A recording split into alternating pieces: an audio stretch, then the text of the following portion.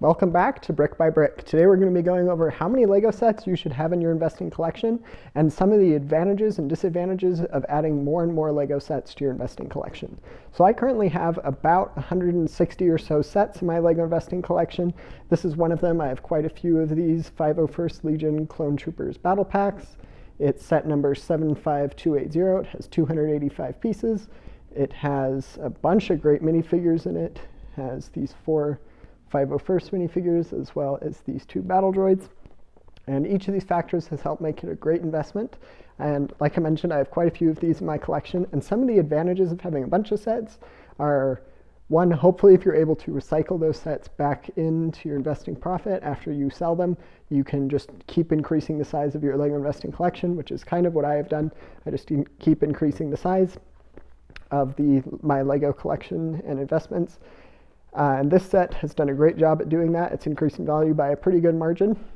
Some of the disadvantages, though, is it obviously takes a lot more time to go through each of the sets, to monitor which ones are going on sale, to keep an eye, because you might, if you want to be a very active Lego investor, you have to keep a pretty close eye on the Lego sets that are retiring soon, when they're on sale, and some of the other cues you can look for knowing when a Lego set will retire and when you should purchase it. So that's some of the disadvantages of having a bunch of Lego sets in your collection, but it's primarily advantageous. Just like any other investment, the more you have of them, the more likely it is you're going to increase your investment portfolio over time. And thankfully that has happened with these Lego sets right here. Another one we'll go over is the Lego Star Wars Anakins Jedi Interceptor set. It has 248 pieces.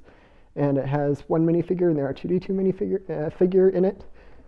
And this set has been a great addition to my collection. Unlike the other one, I only have one of these in my collection. So there's a couple ways to diversify your risk across, even if it's the same theme, a couple of different sets. I thought that this one would do really well, and it's been a really great investment. So I'm going to hold on to it for a while longer because I do think it'll continue to go up in value.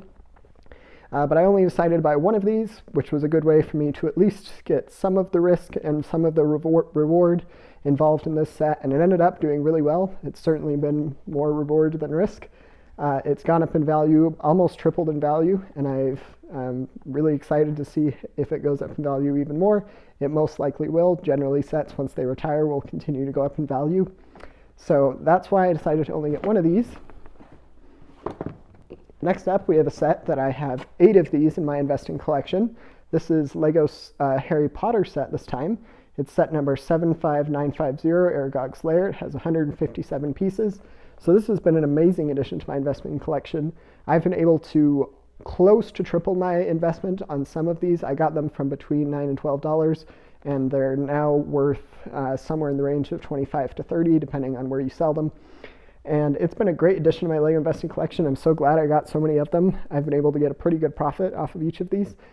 So that is another advantageous reason why it's great to buy a bunch of Lego sets. If you're pretty sure that a certain set will do well, you can never be certain, of course, but you can use your experience that you've learned as a previous Lego investor to decide to buy these sets. I got this one because I knew that the other smaller Lego Harry Potter sets did really well, most likely because they had a lower price barrier to entry, so people were willing to pay a premium for them, like a premium of $20 or so for this $9 set, which is pretty great return on investment, but is still relatively cheap for the person who's deciding to buy this set after it retires.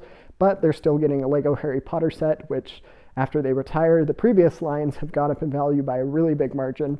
So that's some of the advantageous reasons to invest in a bunch of Lego sets. Another exception I do is for Lego Star Wars Battle Packs, kind of like the first one I mentioned. So this is 2 other Lego Star Wars Battle Packs. I have a bunch of these in my Lego collection. I have more of these than the Mandalorian one, but they've both been great additions to my collection. The Mandalorian one has these 4 unique figures.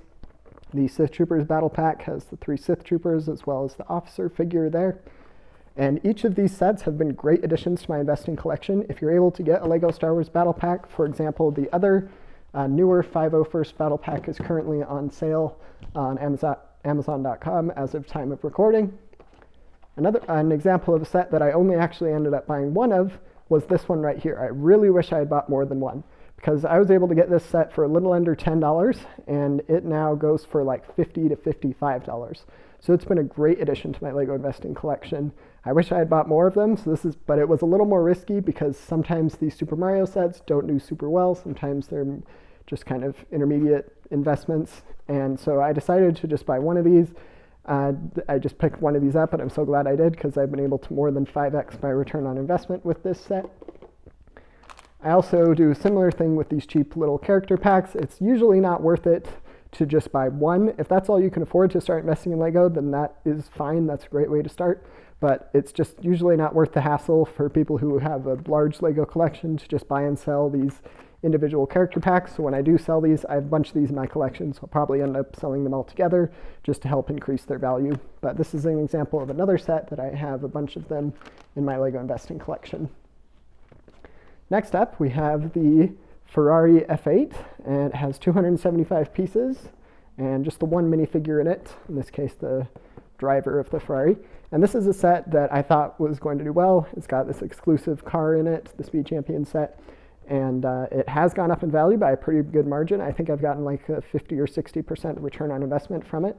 I ended up buying 3 of these for my Lego collection because I wasn't certain how well it was going to do, but I had heard and seen that there were good indications it was going to be a good Lego investment. It was on YouTube and a bunch of other sites that it was going to be a popular Lego investment, and that turned out to be true. So I decided to invest in a couple of these, and it's been a great addition to my Lego investing collection. Next up, I have a Lego set that I only have 2 of these. This is a Lego Jurassic World set. It's Dr. Wu's Lab Baby Dinosaur Breakout. It has this dinosaur figure right there, this dinosaur figure right there, and then the 2 minifigures. And these dinosaur figures add a lot of value to these Jurassic World sets. They increase the value by quite a bit. I've been pleasantly surprised on how well these Jurassic World sets have done.